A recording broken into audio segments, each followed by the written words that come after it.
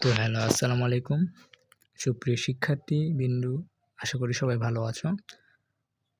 তো আজকে আরেকটা নতুন টপিক নিয়ে চলে এসেছি, সেটা হচ্ছে ত্রিকোণমিতির বেসিক একটা কনসেপ্ট, যেখানে তোমাদের সন্নিহিত বাহু, বিপরীত বাহু এবং অতিভুজ বুঝতে খুবই অসুবিধা হয়। তো চলো আজকে আমরা সেটা শিখি। তো তোমরা এখানে দেখতে পাচ্ছ এ, বি এবং সি একটি সমকোণী ত্রিভুজ।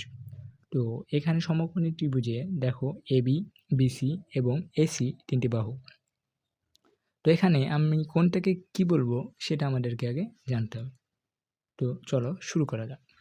ধরো যে থিটা বা সূক্ষ্মকোণ, সেই সূক্ষ্মকোণ যদি আমার এটা হয় সি বিন্দুটা হয়, তাহলে বিপরীত বাহু বা লম্ব হবে দেখো এই কোণের সাপেক্ষে কে লম্বভাবে দাঁড়িয়ে আছে। দেখো তো এই কোণের সাপেক্ষে এর বিপরীতে কে দাঁড়িয়ে আছে? অবশ্যই এই যে এই বিন্দু, তাই কি না? তো এরা যদি লম্বভাবে দাঁড়িয়ে থাকে কোণের বিপরীতে এ এবং বি, তাহলে যে লম্বভাবে দাঁড়িয়ে থাকবে সেই হবে তার লম্ব বা বিপরীত বাহু। এবং কে তোমার কোণের সঙ্গে আছে দেখো তো দুইটা বাহু আছে, একটা এসি এবং আরেকটা বিসি।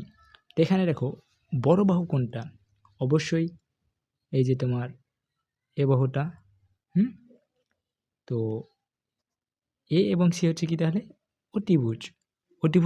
অতিভুজের ভিতরেই আছে দেখো অতিভুজ, অর্থাৎ অতি মানে কি? অতি মানে বৃহৎ। বৃহৎ বাহু কোনটা দেখো এ এবং সি, তার মানে অতিভুজ কে হলো এ এবং সি, এই বাহুটি। বোঝা গেল? তাহলে সবই জানা গেল। সন্নিহিত বাহুটা হলো কোনটা? বি এবং সি। এখন ধরো কোনটা যদি হয় আমার এখানে, তাহলে এর বিপরীত বাহু কোনটি? অবশ্যই এর বিপরীত বাহু হবে তোমার বি এবং সি। কারণ কি? দেখো এই কোণের সাপেক্ষে লম্ব হয়ে আছে কে?